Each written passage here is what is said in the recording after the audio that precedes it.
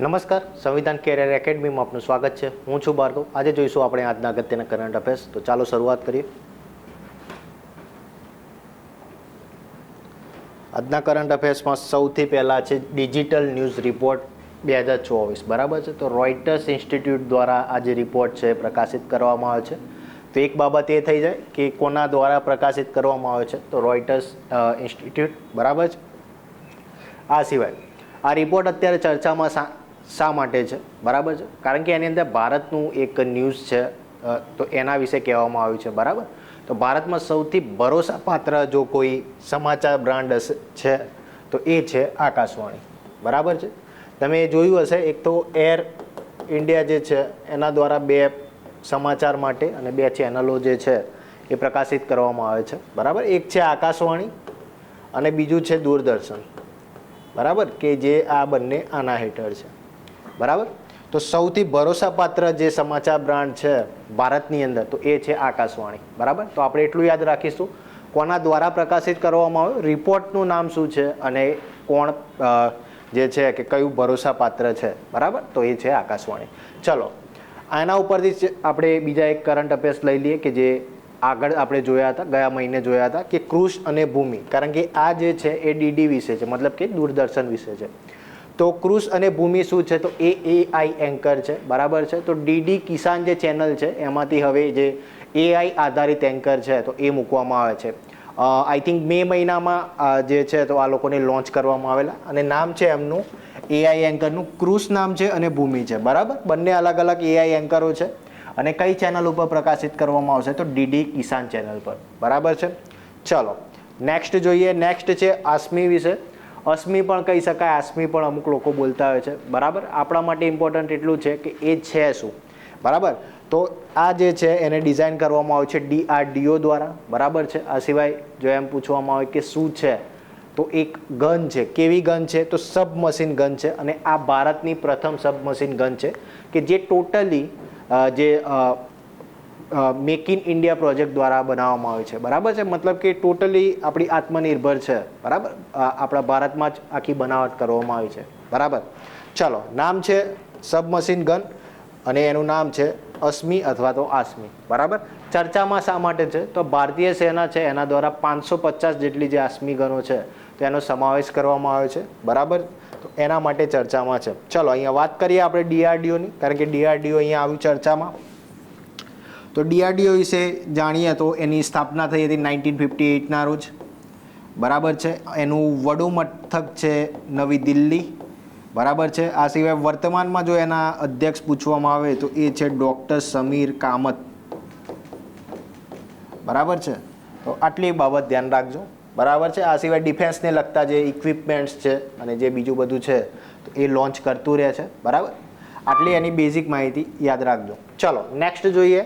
પહેલી skin bank facility છે તો એ શરૂ કરવામાં આવી છે નવી દિલ્હી ખાતે, બરાબર છે. તો સશસ્ત્ર બળો છે કે જેમાં જે ગોળીબાર થતો હોય છે, બોમ્બ મારો થતો હોય છે, તો એના માટે આની આવશ્યકતા છે, બરાબર. તો નવી દિલ્હી ખાતે સશસ્ત્ર બળો માટે જે સેના હોસ્પિટલ છે એમના દ્વારા જે આ સ્કિન હોસ્પિટલ છે તો એની શરૂઆત કરવામાં આવી છે. અને આ ભારતની પહેલી સ્કિન બેંક ફેસિલિટી છે, બરાબર છે.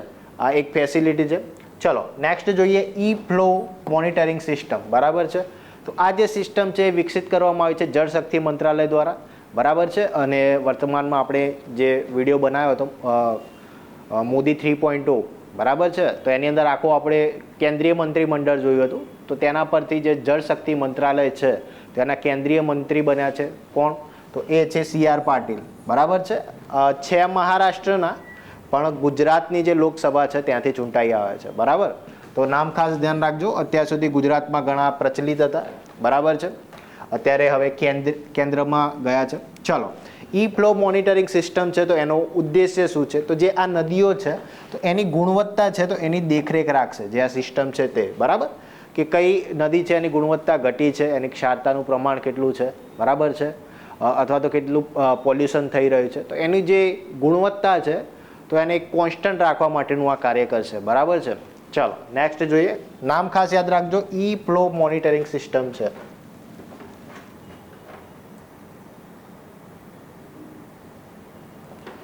ચલો નેક્સ્ટ છે એક રિપોર્ટ વિશે, નામ છે એનું સસ્ટેનેબલ ડેવલપમેન્ટ રિપોર્ટ 2024, બરાબર. 2024નો આ રિપોર્ટ છે. પ્રથમ ક્રમે છે ફિનલેન્ડ અને ભારતનો ક્રમ છે 109મો, બરાબર. તો અહીંયા ખાસ ધ્યાન રાખજો પ્રથમ ક્રમે કોણ છે અને ભારતનો ક્રમ કયો છે, બરાબર. સસ્ટેનેબલ ડેવલપમેન્ટ મતલબ કે જે ટકાઉ વિકાસ કહીએ છીએ તે, બરાબર. હવે જે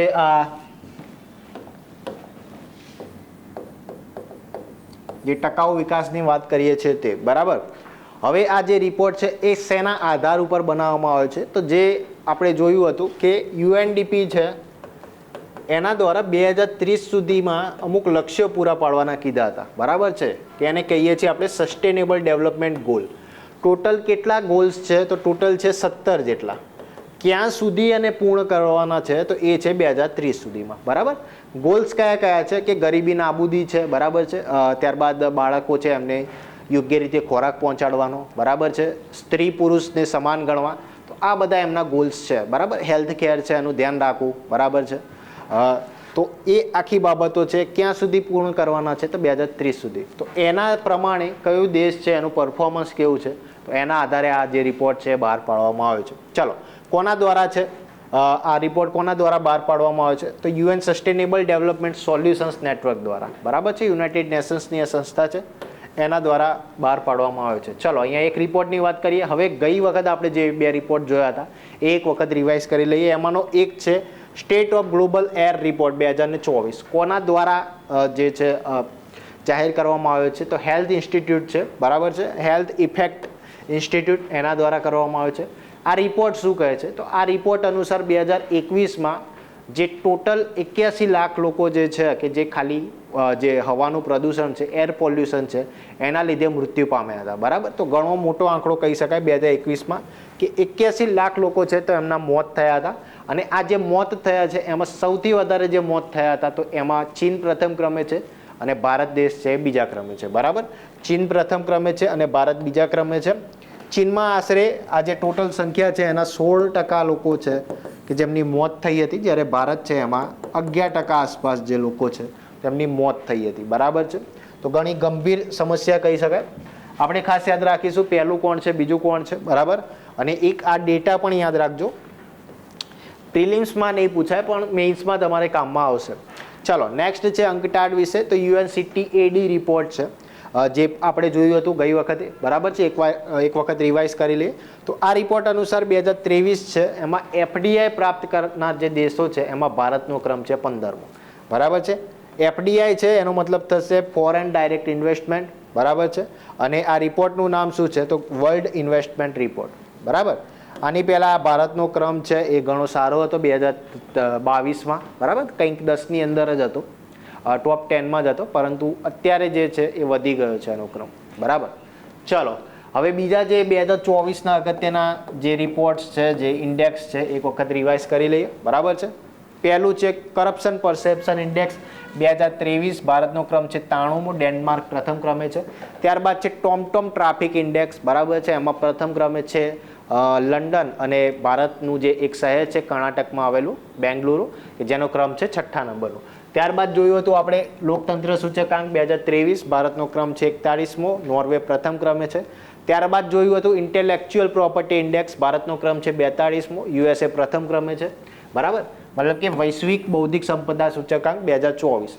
ત્યારબાદ આપણે બીજું એક અગત્યના જોયા હતા કે જે UNDP જે છે, યુનાઇટેડ નેશન્સ ડેવલપમેન્ટ પ્રોગ્રામ, કે જેના દ્વારા રજૂ કરવામાં આવ્યા હતા, જાહેર કરવામાં આવ્યા હતા. જાહેર કરવામાં આવે છે 2024માં, પરંતુ ડેટા છે એનો 2022નું, તો ખાસ ધ્યાન રાખજો. એમાં પહેલું છે લૈંગિક અસમાનતા સૂચકાંક 2022, ડેનમાર્ક પહેલા ક્રમે છે, 108મો ક્રમ ભારતનો છે. ત્યારબાદ માનવ વિકાસ સૂચકાંક, બરાબર છે, હ્યુમન ડેવલપમેન્ટ ઇન્ડેક્સ જેને કહીએ છીએ તે, તો 2022નું જે સંસ્કરણ છે એમાં 134મો ક્રમ છે આપણો, અને સ્વિટ્ઝરલેન્ડ પ્રથમ ક્રમે છે.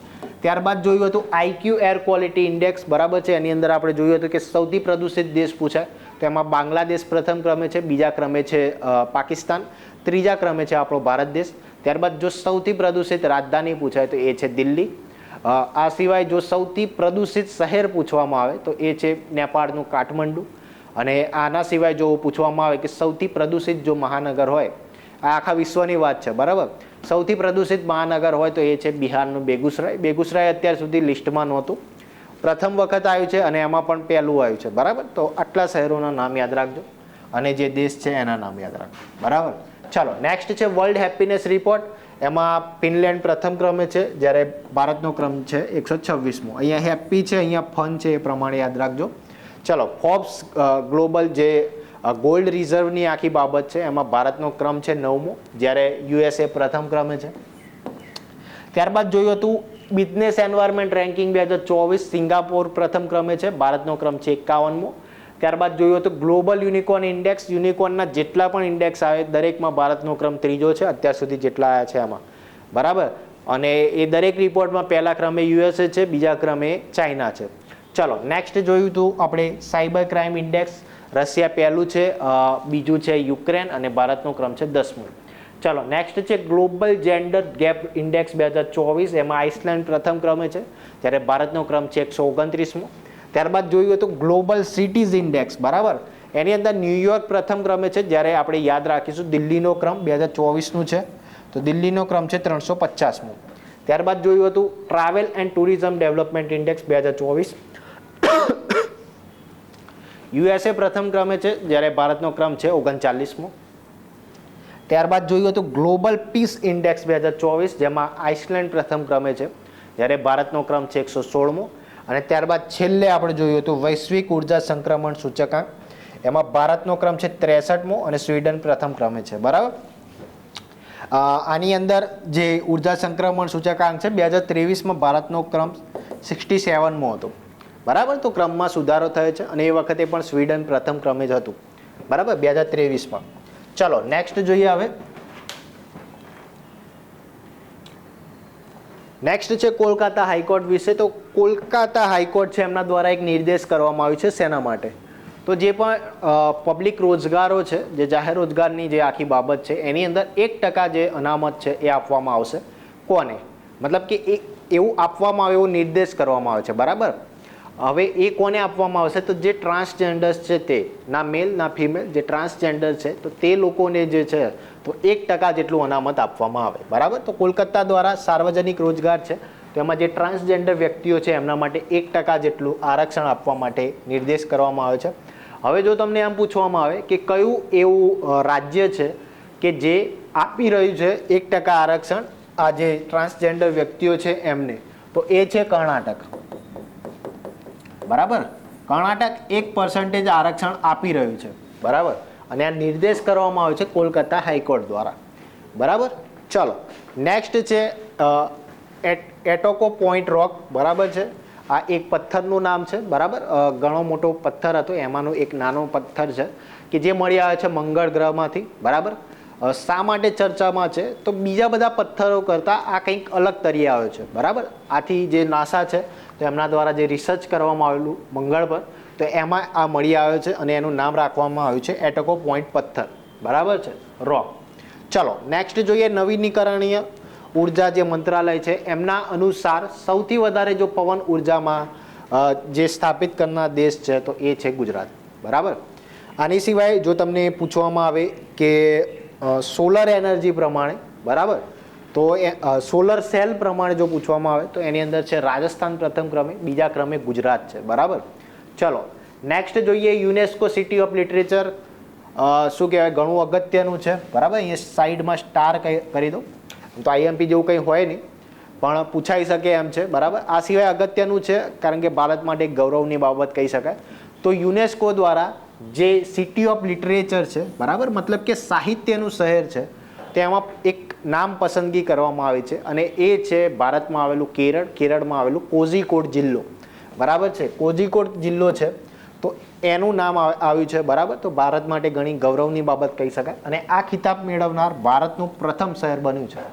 બરાબર, આની પહેલાં આઈ થિંક પ્રાગ બન્યું હતું. બરાબર છે, ચલો હવે કોઝિકોડ વિશે જોઈએ કે કોઝિકોડને શા માટે લિટરેચર શું કહેવાય સિટી ઓફ લિટરેચર બનાવવામાં આવે છે. તો કોઝિકોડમાં ઘણા કેરળના જે મલયાલમ ભાષાના જે કવિઓ છે, બરાબર,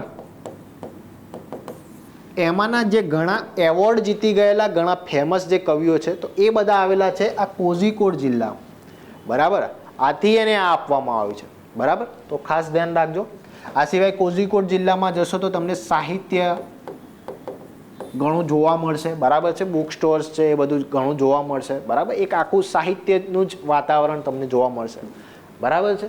આ સિવાય કોઝિકોડ જિલ્લો છે શેના માટે બીજું ફેમસ છે, બરાબર. ફેમસ તો ના કહેવાય, પરંતુ જે સૌથી વધારે જે પ્રમાણમાં વાયરસ આવે છે, બરાબર, તો એ બધું મુખ્યત્વે કોઝિકોડ થઈને જ આવે છે, બરાબર. તમે ન્યૂઝપેપરમાં પણ જોશો કે નવી કોઈ વાયરસ આવ્યો છે અથવા તો કોઈ બીજું કંઈ આવ્યું છે, બરાબર, પેરેસાઇટને લગતું કોઈ રોગ આવ્યો છે, તો બધો આ જિલ્લામાં થઈને જ આવશે, બરાબર. ચલો નેક્સ્ટ અહીંયા વાત કરીએ. બીજું આપણે જોયું હતું 2023, આઈ થિંક 2023માં મેં જ્યારે કરંટ અફેર્સ ભણાવ્યું હતું, બરાબર, તો એ સમયે મેં આ કોઝિકોડની વાત કરેલી, બરાબર. એ સમયે કે યુનેસ્કો દ્વારા ચર્ચામાં છે, બરાબર, અને અત્યારે એને ઓફિશિયલી જાહેર કરવામાં આવ્યું છે, બરાબર. હવે બીજું જોઈએ સિટી ઓફ સોંગ, શું કહેવાય, સંગીતનું શહેર, બરાબર, તો એ બન્યું છે મધ્યપ્રદેશનું ગ્વાલિયર, બરાબર. તો એક આ પણ યાદ રાખજો. ચલો અહીંયા વાત કરીએ યુનેસ્કોની, તો એનું ફૂલ ફોર્મ છે united nations educational scientific and cultural organisation, બરાબર. સ્થાપના થઈ હતી 1945 અને એનું જે વડું મથક છે એ છે ફ્રાન્સ, પેરિસ ખાતે, બરાબર. ચલો, તો આ હતા આજના અગત્યના કરંટ અફેર્સ. તો કરંટ અફેર્સને લગતી બીજી કોઈ પણ સમસ્યા હોય તો અવશ્યથી કોમેન્ટ બોક્સમાં કોમેન્ટ કરજો. નવા વિડીયો સાથે ફરી એક વખત મળીશું. ધન્યવાદ.